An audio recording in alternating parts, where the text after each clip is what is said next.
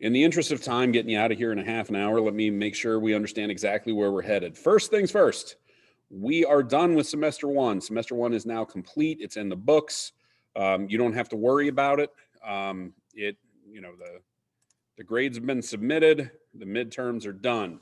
Now, if you're one of those people that fell a little short and you still want an opportunity, you have a very slim window of opportunity to kind of piece together your first semester grade. I have a few people that are flirting with disaster in not even receiving credit for the first semester.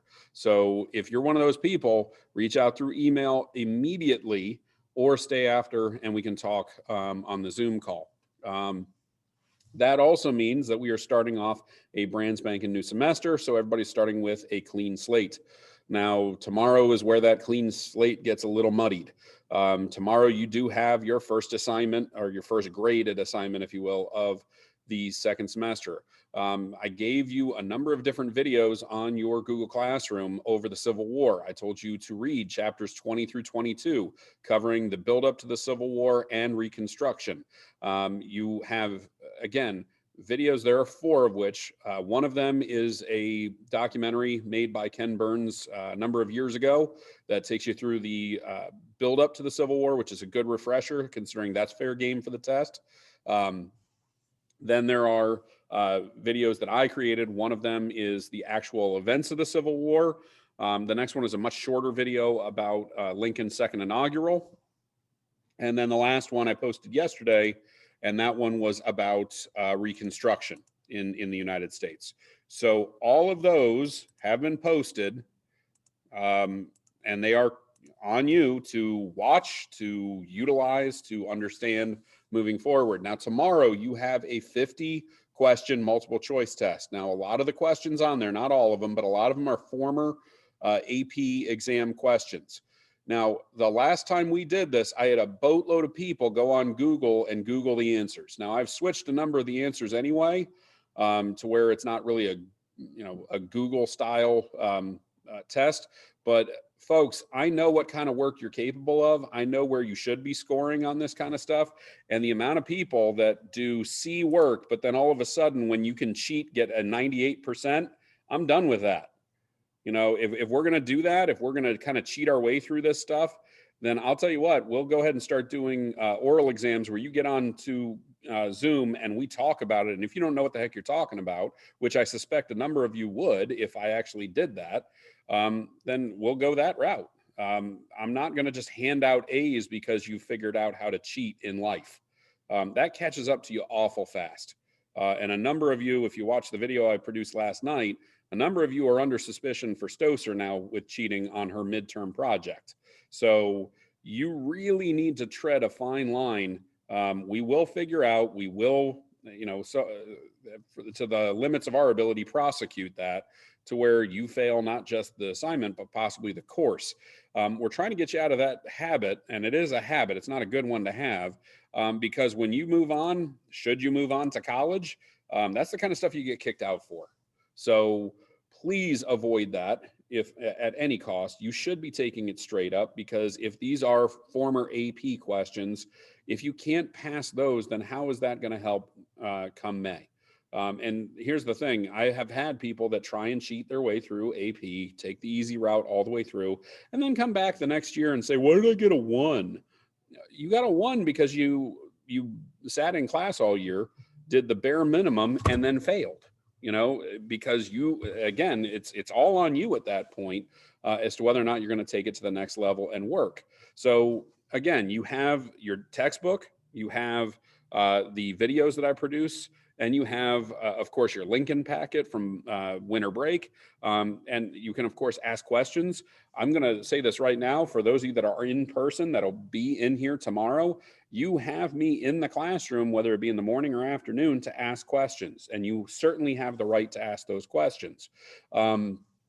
You have the ability to email me. You have the ability to check in with me. You have the ability to do a lot of different things to make sure that you can bolster your average and improve your score. But if we're just going to cheat our way through it, I'm going to expose you. I have no problem with it. And I have no problem making it public. I know that some teachers are like, oh, I don't want to embarrass. I have no problem embarrassing kids. Right, Anna? Right, Megan? I have no problem embarrassing students. Okay. I'm sorry, you're just the two on my screen. You're the two right next to me. See, Megan, you just make it too easy. Don't worry, Chucky, you're next. Bottom line is, I have no problem calling people out if you're going to do stupid things. Okay. So please make sure, and cheating is stupid. It doesn't help you. I know some of you are like, yeah, it does. It ensures I get a better grade.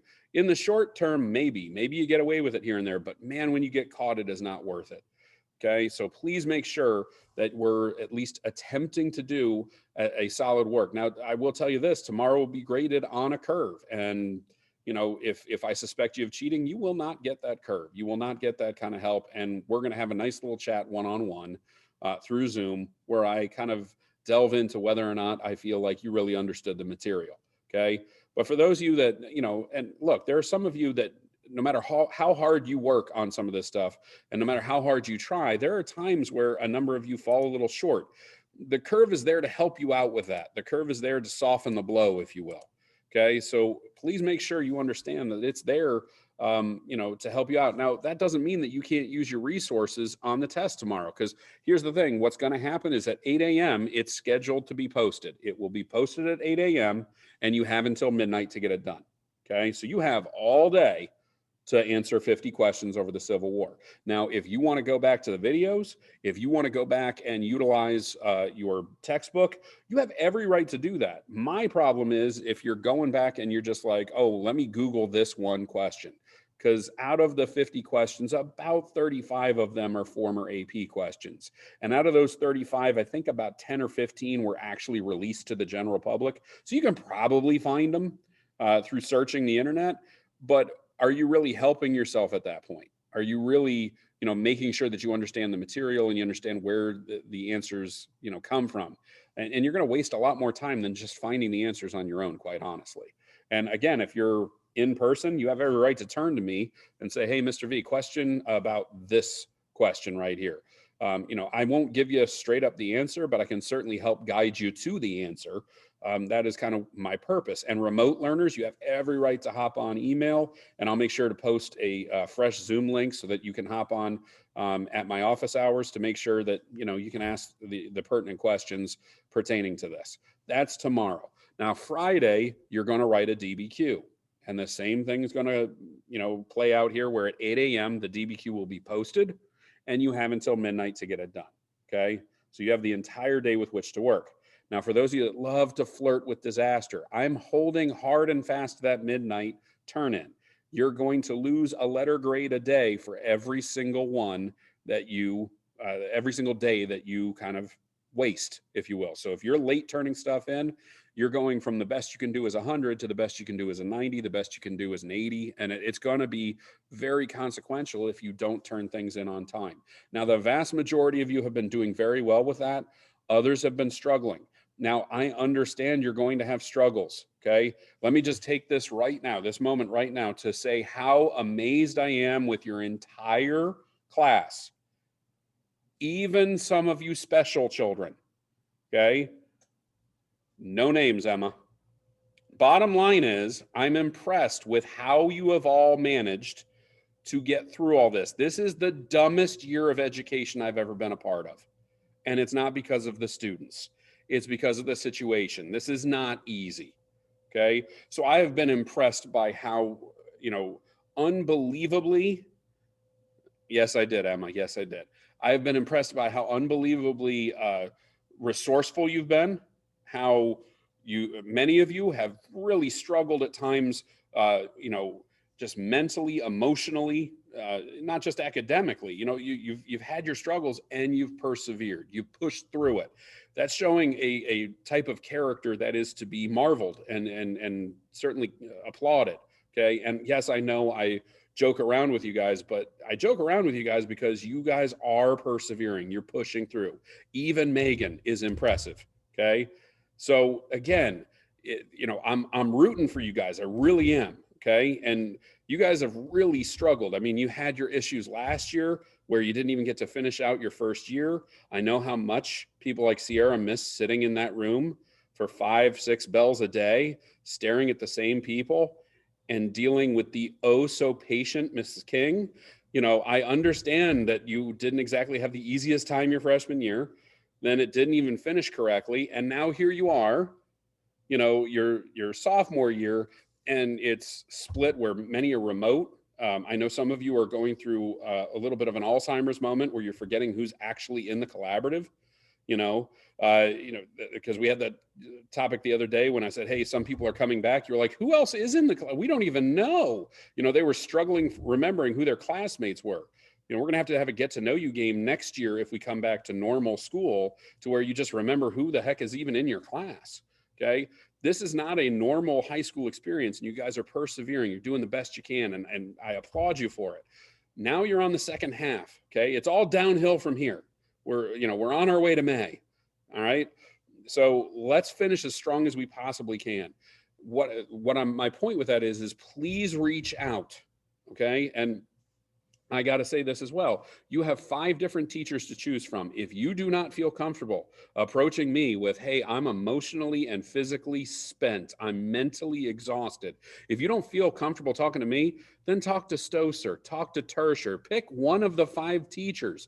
Talk to, Myers Duck, for crying out loud. Like, pick out somebody that you can confide in, okay? And we'll take care of the rest. Okay. If somebody comes and says, hey, Mr. V, I'm really struggling right now, you don't think I'm going to say to Mr. Mangold, hey, how are they doing in your class? Because we have meetings, we talk, you know, and if he's like, man, they've really fallen off the last 3 weeks, typically I'll say, hey, can you give them a little break or a little bit of an extension? Have you ever noticed, some of you have done this, and they'll back me up. Some of your classmates will tell you, hey, you know what? I told Mr. V something, and then all of a sudden I got an extension from Mrs. Tersher. All of a sudden it was like, hey, how we hanging in there? We doing all right from Stoser? You know, we talk to make sure you're all doing all right. Okay. And we kind of check on each other too. Your teachers are going through the same stuff. Do you know how much it kills me that I can't have you guys in the classroom? You know, it's really rough. You know, I definitely don't do well with this style right here. And I certainly don't like making videos talking to myself in my basement. Okay. If we could get back to some semblance of normal, this would be amazing. And of course, dear Lord, this year has been we've had nothing, no shortage of things to talk about, especially when it comes to our current politics. Okay. So again, yes, I am depression. Thank you, Emma. Gee, I can't imagine why I pick on you. Bottom line is, just kind of make sure you're reaching out and talking as we're going through the remainder of the year, okay, to make sure that we're all on the same page and being as successful as you possibly can be for the remainder here. Now, we are also starting our push towards the AP test. Now, I know that there are 4 people on here, and they're going to be oh so unbelievably annoying about it. Yes, there are 4 of you that are CCP, and the AP test does not matter. I get that. You're going to get some alternative assignments as we move throughout the 3rd and 4th quarter when we specifically go after AP. But for the other 41 students in the collaboration, you've got an AP test to get ready for, at least in history. Many of you, if not all of you, are taking the biology one. So guess what? You've got all kinds of problems coming up here when it comes to AP. So now's the time to start working to refresh ourselves from the first semester and to make sure we understand the concepts and the events and whatever else from the second semester. And of course, in biology, same deal. So now's the time to start getting a little serious about those AP exams, because those of you that took AP World last year, you know how unbelievably tough those tests can be and how hit or miss they can be with some people. Because I know some of you were just shocked you got a 1, and others of you were shocked you got a 3 because you couldn't even define things. You know, AP tests are kind of hit or miss. So the better you prepare, the better off you're going to be and certainly the better off you're going to feel when you take it. Okay. So please, let's start getting serious in the second semester. Now, when it comes to the Civil War stuff, I'll obviously open it up to questions here in a second, but the main things to focus on: the AP exam does not care about what happens in certain battles except for the effects of a victory. Okay. So they're not going to ask you, who was the second in command at Gettysburg. They're not going to ask you how many troops died at at Vicksburg or something. So please don't focus on the small little minutia when it comes to the Army. Okay. The AP test in general doesn't care about the actual war. They care about the politics that that surround it, the economics that are involved in it, and the impacts, both cause and effect of war. So focus on that. You will notice that my focus has been on the rhetoric of Lincoln so far. Okay, so Lincoln's speeches will appear on the AP test far more than the consequences of certain battles. The only battles that really matter in the Civil War when it comes to the AP test are battles like Antietam. And the reason Antietam matters is the Emancipation Proclamation comes in and becomes a reality, if you will. And it's kind of the turn of the Union towards not just trying to unify the country again, but also trying to emancipate slaves. So that's a big change with Antietam. It also ends any chance that the Confederacy is going to have about having allies in Europe, because prior to that, England and France were really seriously considering backing the Confederacy. But when they lost in Antietam, they said no. So Antietam is a very consequential battle, very similar to how Saratoga was during the American Revolution. The other consequential battle is Gettysburg. That's the true turning point when the North starts winning. Okay, and the North, it takes a while, but the writing's kind of on the wall, and it's certainly the last time that the Confederate troops were on Northern soil. It's the last time they really were threatening the North in any way. The battles at that point all move into the southern half of the United States. So those are the two battles. If I'm going to focus on any battles, those are the battles to focus on. Other than that, it's nice little window dressing. If you're a Civil War historian, yes, it might be interesting to, look at Fredericksburg or look at Sharpsburg or look at any of these other, Petersburg, any other burg that you want to talk about. But bottom line is the only two battles that seem to matter, at least to the AP, is Antietam and Gettysburg. Everything else is how the Northern, press acted, how the economy was affected, how Lincoln was a president, and how he served his time as president. The politics involved in the election of 1860 and 1864. All of that is going to be kind of the focus of the AP exam when it comes to the Civil War. They're going to be talking about the causes way more than they are the actual war, and they're going to talk about the effects way more than they talk about the actual war. So keep in mind, the AP exam is always about cause and effect relationships, okay? And then, of course, Reconstruction. Reconstruction is a bloody mess. And the reason is because we don't have strong leadership during Reconstruction, okay? We don't have strong leadership from Lincoln until roughly Teddy Roosevelt. And this is something I'll talk about when we kind of move on from this. But can anybody name a single president from Lincoln to Teddy Roosevelt? Lincoln is the 16th president. Teddy Roosevelt is the 26th. So anybody remember any president in between those two presidents? Johnson? Johnson, the guy who got impeached. That was the first one to ever get impeached.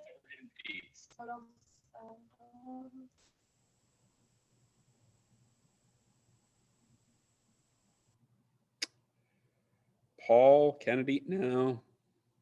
We're just going with simple names at this point.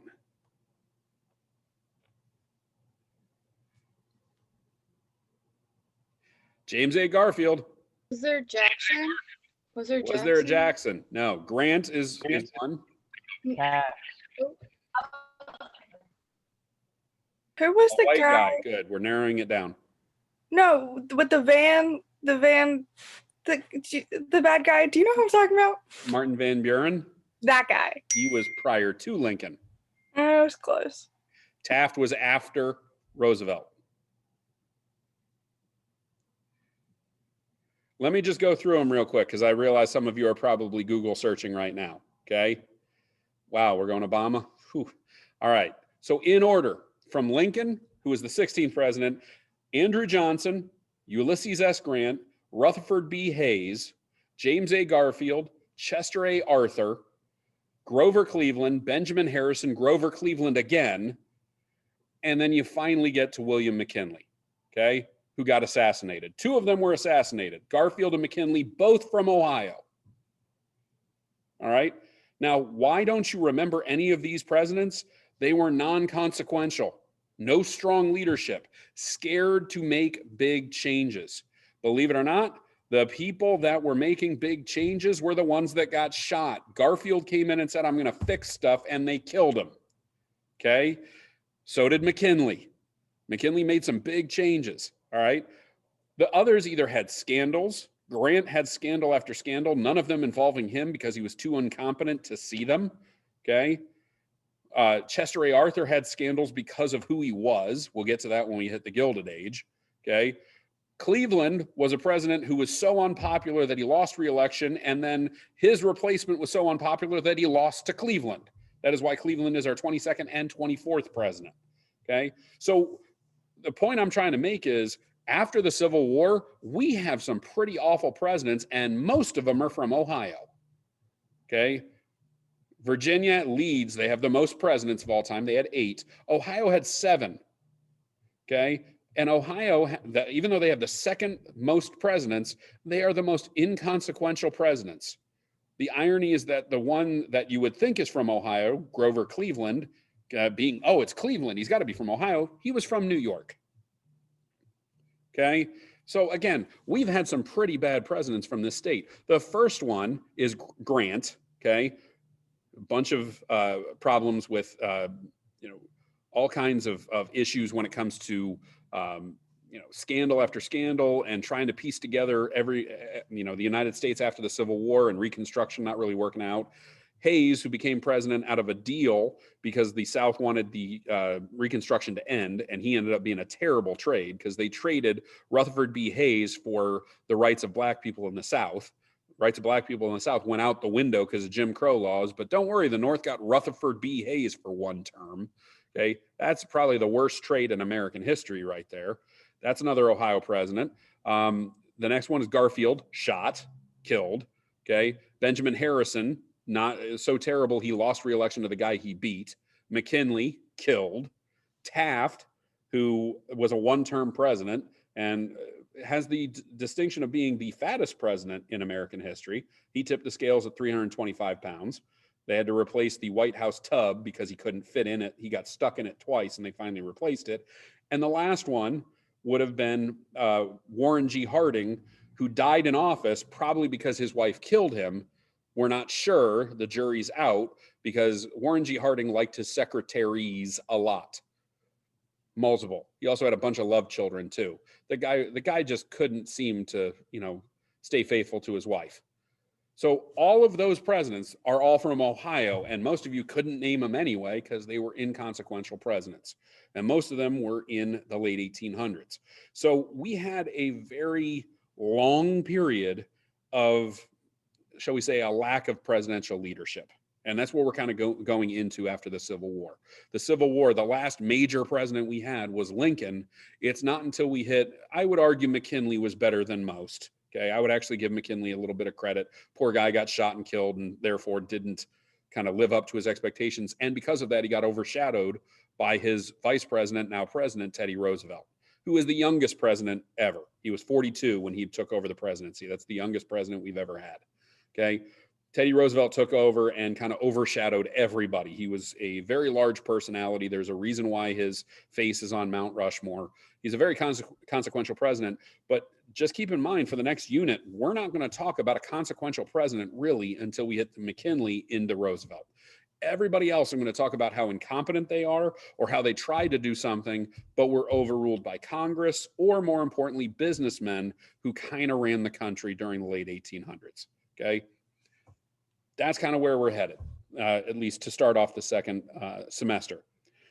Anybody who has gone over stuff, and Natalie, who else is on Rushmore? It's Washington, Jefferson, Teddy Roosevelt, and Abraham Lincoln. Those are the 4 that are on Mount Rushmore right now. Why are they on Mount? Why are they there? Okay, Washington's the first president, obviously. Jefferson. Anybody? Where is Mount Rushmore? Which state? Vermont? Wow, no. Close, Chucky. South Dakota. Yes, South Dakota. Okay. South Dakota would have been part of the Louisiana Purchase, so it's not a surprise that Jefferson's face is on there because he's the one that was the architect of the Louisiana Purchase. Okay. So Washington because he's the father of our country, Jefferson because he founded or at least was the president in charge of the Louisiana Purchase. Lincoln, because he held us together during the Civil War, and Roosevelt, because he started the National Park Service, which is where Mount Rushmore, it is government property out in South Dakota. That's the reason for the 4. There has been a big push recently to put FDR on Mount Rushmore. Again, as I've said from the very beginning, modern day presidents, you have to wait a while before you start crowning them with massive achievements, because sometimes their presidencies really don't hold up for the long term. I will reference people like Truman.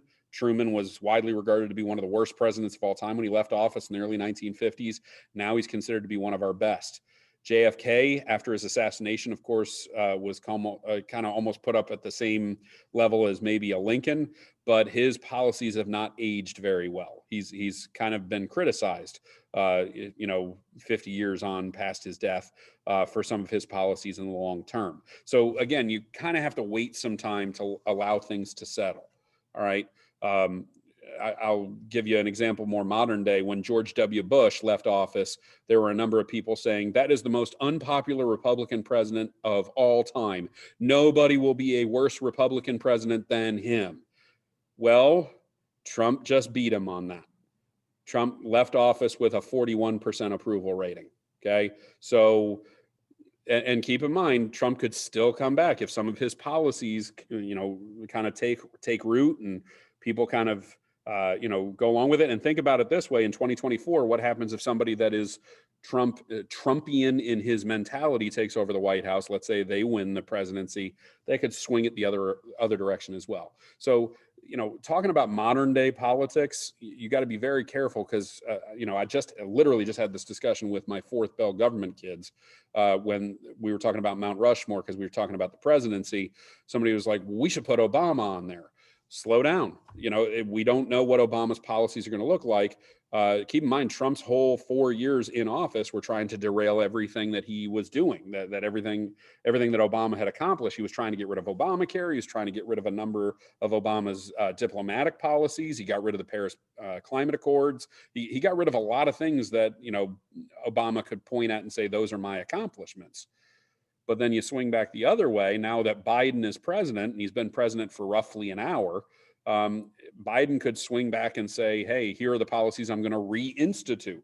So there's a reason why, if you watched any of the inaugural today, there's a reason why people looked at, if you watched it all, even though they were wearing masks, you could tell that Obama had the biggest smile on his face, because Biden taking over is going to help rescue his legacy, because his vice president became president. That's going to help him. Okay. So again, that's kind of where you have to be careful on modern day presidencies. Okay. Question about the troops in the Capitol I'll get to here in a second, because I don't want to take too much time.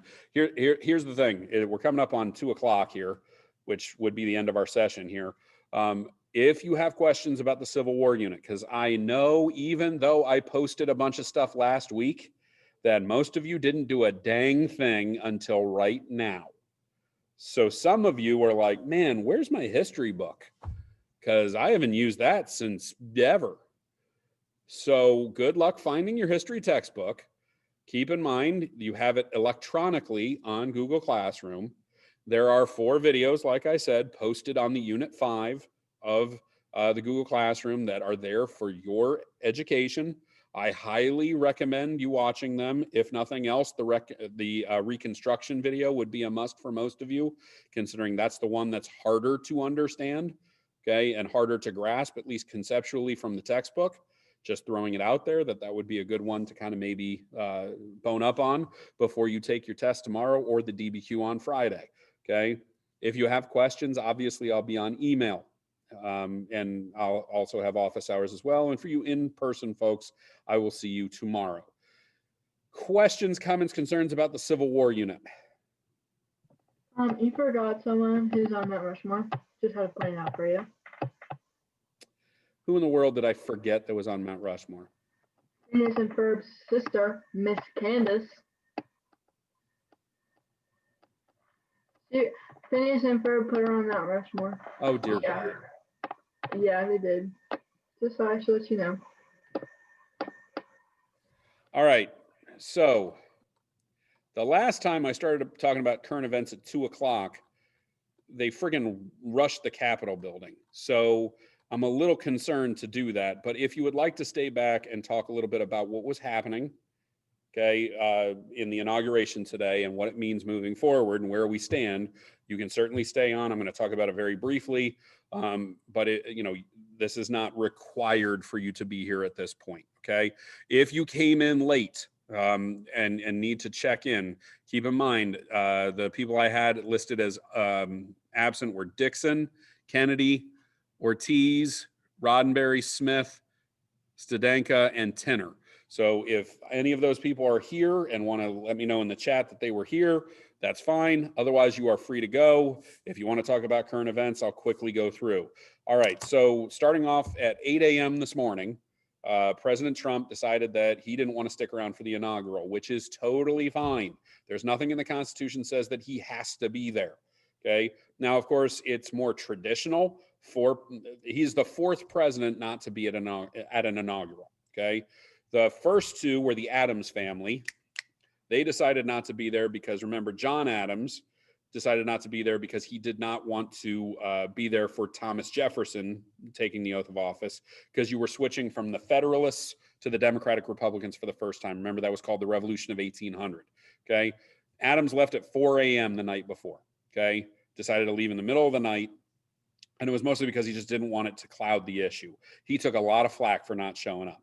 His son, John Quincy, did the same thing when Jackson was coming in. And it was because he was kind of afraid of Jackson's followers, which he had every right to be, since Jackson's followers ended up trashing the White House to celebrate. It was like when somebody wins a national championship and they burn down their campus. You know, this kind of crazy behavior has happened in American history. Well, that happened when Jackson took office in 1829. It was called the Rule of King Mob. Okay, so that was the second time. The third time it happened was Andrew Johnson. Remember, Matthias just kind of mentioned him. Andrew Johnson, who left office being the first president to be impeached. Okay, keep in mind there's only been 3 presidents in American history that have been impeached. Okay, Johnson was the first one for basically being too nice to the South. The second one was Bill Clinton because he lied lied in court. Okay, it's called perjury. He was not impeached because he had an affair. It's not illegal to have an affair. It's immoral, but it's not illegal to have an affair. Okay. And the third president to be impeached, and he's managed to put a nice little asterisk on it, then because he's been impeached twice now, is Donald Trump. Okay. The first time was because of the Ukraine stuff. The second time was because of the insurrection at the Capitol. He was accused by, and remember, impeach means formally, to formally charge with a crime. He's been formally charged with inciting a riot. Okay, now we'll get to that here in a second. Trump decided to leave office. Johnson was the last one to do it. It was over 150 years ago in 1869 that happened. Okay, now Johnson left because he was disrespected by Ulysses S. Grant. Ulysses S. Grant basically hated Johnson, and he refused to ride in the same carriage with him. So Johnson was like, fine, I'll leave, and he left. That was basically it. Okay. This time it was Trump basically just didn't want to be there. Now, if you sat Joe Biden down and said, hey, Donald Trump isn't going to come to your inauguration, there's a good chance Joe Biden would have just been, if he was honest, would have said, man, that's a relief because I don't want him there. Okay, because of the contentious nature of the election. But he is the only former president, except for Carter, not to be there today. Carter did not travel because he's 95 years old. And he just basically didn't want to leave Georgia to come up to DC. It would not have been a good idea. But there were 3 former presidents, if you watch the news coverage. Bill Clinton was there, George W. Bush was there, and so was Barack Obama. Okay, Trump was the only former president not to be present. Trump left at 8 a.m. He left the White House, took Marine One, which is the helicopter that they use, out to Andrews Air Force Base, where he gave a little speech real quick. And in true Trump fashion, he had a prepared speech that he basically discarded, and he just started off talking off the top of his head. He talked to his supporters, he talked to his family, he talked to the reporters, and then he got on to Air Force One for the last time. Remember, the reason it's called Air Force One is because that's the plane that the president is taking. It's not a specific plane. It's not like Air Force One is just that one plane. Air Force One is the code for any plane the president is on. So if the president gets on a Delta flight, that becomes Air Force One. Okay. So when Donald Trump got on to Air Force One this morning, it was the last time he was going to step on Air Force One. Now he's just stepping on an airplane. It doesn't matter. Okay. So Trump left, went to Florida to become a citizen again. Now he's an ex-president. As of noon, he's an ex-president. Okay. The ceremony at the Capitol building kicked off roughly around 10 o'clock, where the Marine Corps band was there and playing music. And of course, they invited in members of the House, members of the Senate, justices from the Supreme Court, the former presidents, you name it. They were all invited back to become, to witness this inauguration, okay? So Biden takes the oath of office roughly around noon. Kamala Harris did it right before, okay? Kamala Harris, of course, setting a new precedent and making history today, being our first female to ever be the vice president of the United States. She chose to do so with some symbols. She wore purple today. That was kind of an embracing of her African-American roots, but it also had some symbology in Southeast Asia because she does have Southeast Asian lineage. She's from, basically her family comes from India. Okay, so there is some Asian overtones with the use of the purple color as well. Okay, she certainly stood out where everybody else was kind of wearing black or white. She was wearing a very vibrant color. She also swore in on 2 Bibles. One of the Bibles was a family friend and mentors. The other one was the Bible of Thurgood Marshall, who was the first African-American on the Supreme Court. So there was some symbology, both personally and professionally there in the use of the Bibles. After that, Joe Biden took the oath of office. He took the oath of office on his family Bible. It's the same Bible he used to swear in as vice president both times under Obama. It's a Bible that's been in the family since 1893. Joe Biden is a Catholic, so he was very adamant that he was going to use the family Bible to do it, okay? Again, that's kind of where we were headed throughout the day. At noon, according to the Constitution, whether Biden says the oath of office or not, according to the Constitution, at noon on January 20th, Joe Biden becomes the president of the United States, okay? So he has been the president now for just over an hour, okay? And as they said right afterwards, now the real work begins. He gave his first inaugural address. He talked about, of course, the same concepts that you normally would use: healing, bringing together, unifying the nation. And of course, he mentioned things like COVID and how to handle it and things like that. So he's laid out kind of his direction for his 4-year term here. You'll notice, of course, this differed from most inaugurations because the crowd was not present. The crowd was not allowed to be there because of COVID and a little bit because of security concerns as well. Okay, so there were issues there.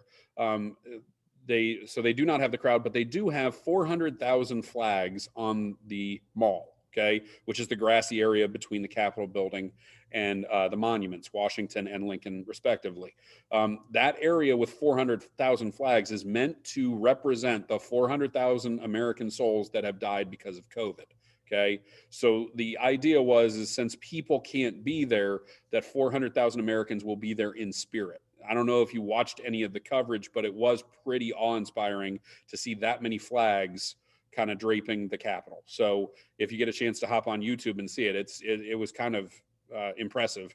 And then you immediately think to the poor people that work for the Parks Department that had to put all those out there. Okay, that would have taken a solid week to put all those out there. Okay, needless to say, that's how they set up the Capitol for this. There are more National Guard troops in DC than there are people there for the inaugural. This is to answer Sanam's question from earlier. Why are there more troops there? Because of security concerns dealing with January 6th. You know, there was a concern that there were going to be some special people that decided to show up and ruin the party. Okay. Now, there will not be an inaugural parade. There normally is one, but because of COVID, they didn't want that. They wanted it to be socially distanced. There will not be inaugural balls, which are kind of like nerdy proms. You know, all these governmental people getting all gussied up and going out and dancing the night away to celebrate the new president. Those are not going to occur because, again, because of COVID and security concerns. Needless to say, at the end of today, Joe Biden will have to start the business of being president of the United States. Now, what will happen to Trump? Trump now becomes a ordinary citizen, just like you and me. The only difference is he has Secret Service protection, and that he still is relevant, of course, within Republican circles. And he'll pop up on the news from time to time for what he says, or what he does, or whatever else. He is still under indictment. Impeachment still hangs over his head. They will have a trial at some point in the Senate. Now, obviously, impeachment at this point and conviction would not remove him from office. He is already no longer president of the United States. But the reason they're pushing for this is because if he is convicted, one, he loses his Secret Service and his pension and all the benefits of an ex-president, but he also loses the ability to ever appear on a ballot again. He cannot run for the presidency or any other government position because of that. Okay, he basically becomes a disqualified person when it comes to running for elected office. Okay. All right. V, not to backtrack, but what happened to him going to like prison and stuff for not paying his taxes? That still hangs over his head too. The state of New York still wants to kind of go after him. They've already issued the indictments. He will be spending quite a bit of time in court over the next few years fighting that. Now, whether or not he goes to prison is another story. He could just have to pay some fines. He could be found not guilty as well. Keep in mind, the burden of proof is on the state. So Trump could very easily say, hey, I was not in charge of those accounts, or I was not in charge of that charity or whatever else, and kind of pass the buck on to somebody else, or maybe there was a discrepancy in the funding. We still don't know, but that's why they have the courts there to decide that. Okay. And Lexi, no, that technically speaking, now we've never had this happen before. Your question about can he not run, could he run for the mayor of Palm Springs? We've never had this happen before. The way it's written is awfully vague about, not being able to do it. I was reading, a constitutional scholar was writing out kind of what this means, and he kind of made the argument that technically he could run for state level offices, but nothing at the federal level. So he couldn't run for the House, the Senate, or the presidency. But the other thing is he couldn't even serve in a cabinet. If, let's say, the next president is a Republican and says, man, I want Trump to run the economy, I want him to be the Secretary of the Treasury, he couldn't even do that. He could not serve in any sort of federal position, which is national level. Now, whether or not, I doubt you go from being president of the United States to running for the mayor of Palm Springs. I don't think you do that anyway. So I don't think that's really what he's planning on doing. But I think, what they're trying to do is limit his impact upon the national government. Let me go back track here. Sanam, you asked about Kamala Harris. This is kind of garbage that's been passed around, especially on the right-wing media, trying to trash her a little bit. Again, it's kind of personal stuff that I'm not sure what is and what is not fact. What it basically comes down to is that when she was single, she was dating, which is not a crime.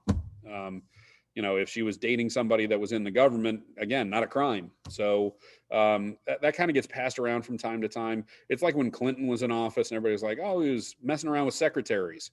It's not illegal. It's immoral, but it's not illegal, So again, there's going to be stuff passed around about these people. They are government officials. They're public officials. So they're going to be held up to, a kind of crazy standard, if you will, from time to time. But again, nothing that would be considered illegal, at least not that I'm aware of. Questions, comments, concerns?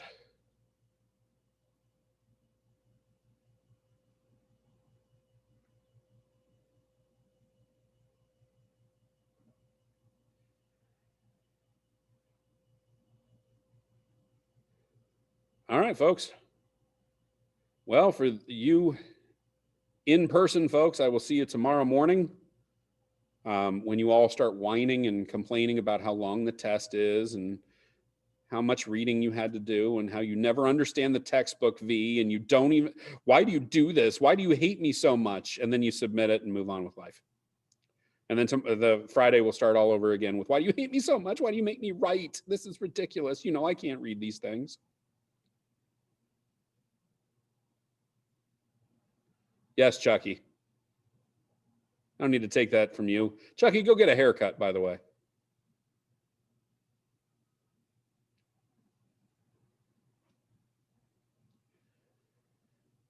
For those of you still here, is it me or does it look like Chucky sitting in the front foyer of the school? Hey, Mr. B. Yes, Uh, Megan. People were like making fun of Trump's farewell speech. Can you go over what he said? Because I didn't feel like listening to him. I'll be honest, he was doing his farewell speech as I was starting Zoom conferences today. I've kind of cherry picked, but I haven't had a chance to sit down and really read through it. Are you talking about the one he gave at Andrews Air Force Base or the one he gave yesterday? Yesterday. The one he gave yesterday, again, he kind of did off the top of his dome, which, you know, is not exactly Trump's strong suit when it comes to being coherent. But at the same time, that's what a lot of his followers tend to like about him, is that he kind of shoots from the hip and just kind of comes up with his own stuff as he's coming along. He talked about mostly his accomplishments. He went through a list of things that he feels like, hey, this is why we had a very successful presidency, which he has every right to do. You know, he has every right to kind of list off accomplishments. He was getting a lot of flack because a lot of the accomplishments were things that were already kind of set in motion from previous administrations. So when he was going on and on about the economy and economic recovery and strong economy, a lot of that started in the last 2 years of Obama's presidency. So there were a lot of people that were kind of saying, you know, you can't really take credit for something that somebody else did, or at least something that somebody else started. Now, to be fair to him, it still continued during his presidency too, so he didn't exactly derail it. What did derail it was COVID, which he also got flack for because he was taking a lot of credit for what has happened with COVID. And yet, out of all the first world nations, we have the worst COVID rate. And we've had more people die than anybody else. So I don't know if I would have hopped on that and said, man, we're doing better than everybody else, when statistically we're not. So that kind of got a liar, liar, pants on fire judgment online as well. That, you know, you kind of left office the way you came in, with some, if not an outright lie, at least a misrepresentation of the facts. So that doesn't help your legacy when your farewell address kind of, you know, it doesn't really match the reality. It also doesn't help that he did not mention Biden by name. There were a lot of people that really took offense to that he wished the new administration well, but he never brought up Joe Biden's name. There were a lot of people who are like, dude, you can't even say, hey, I wish Joe Biden the best of luck. So there was a kind of an egotism that went along with it, of course. Lexi, your question about Space Force. It's controversial to add to the American military, obviously. It's not something we've done for a while. However, there are a number of people within the military that are saying this is a smart move by the president. There are other people that are criticizing it. And the reason is, obviously, space is, you know, is it Star Trek that calls it the final frontier? You know, like space, the final frontier. You know, we do have an army that's on the land, a navy that's on the water. We have the Marines that go back and forth between both. That's why they're called the Marines. They are derived from the Navy. And then, of course, you have the Air Force, you know, up in the sky. So you have everything on the earth covered.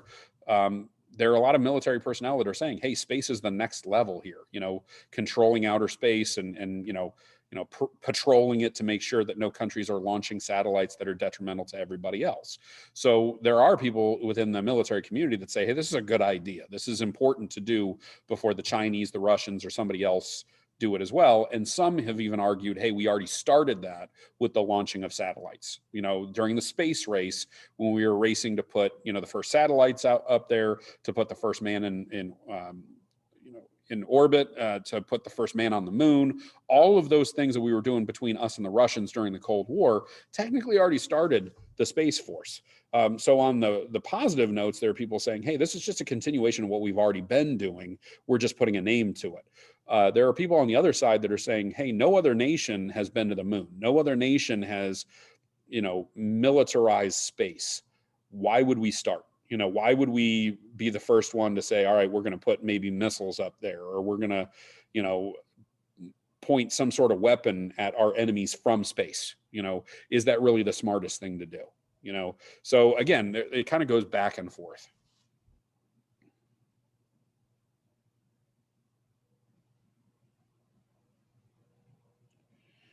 Okay. Anna, you're saying Mangold's is at 1:30? Why in the world is Mangold at 1:30?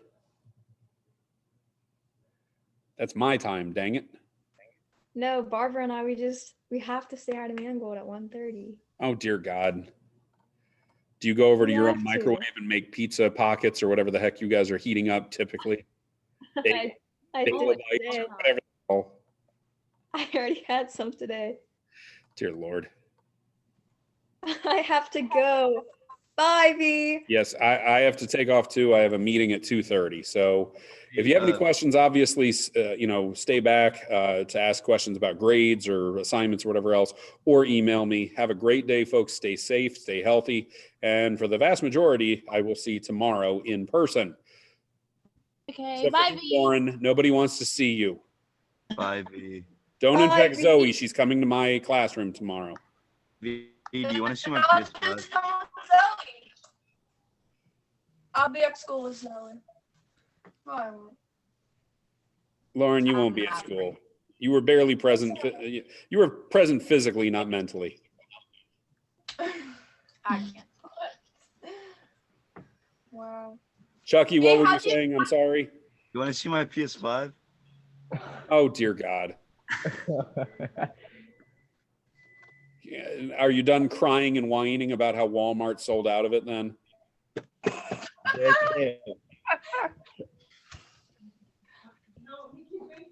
Chucky, I can only imagine what your grade's going to do now. Bad. If your grades go down, I'm going over to your house with a sledgehammer, and you know your mother will help me. Well, You owe me then $500 if you do that. Nope. Bye. I'm making up my mess.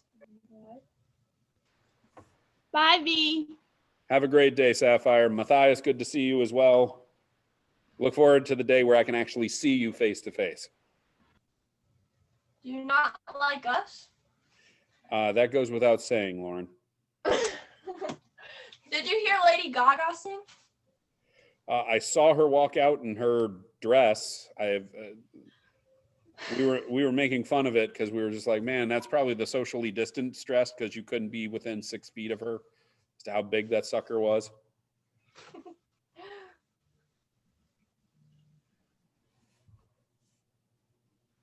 My dad's messing with the alarm system. That's what's going on my phone. Oh.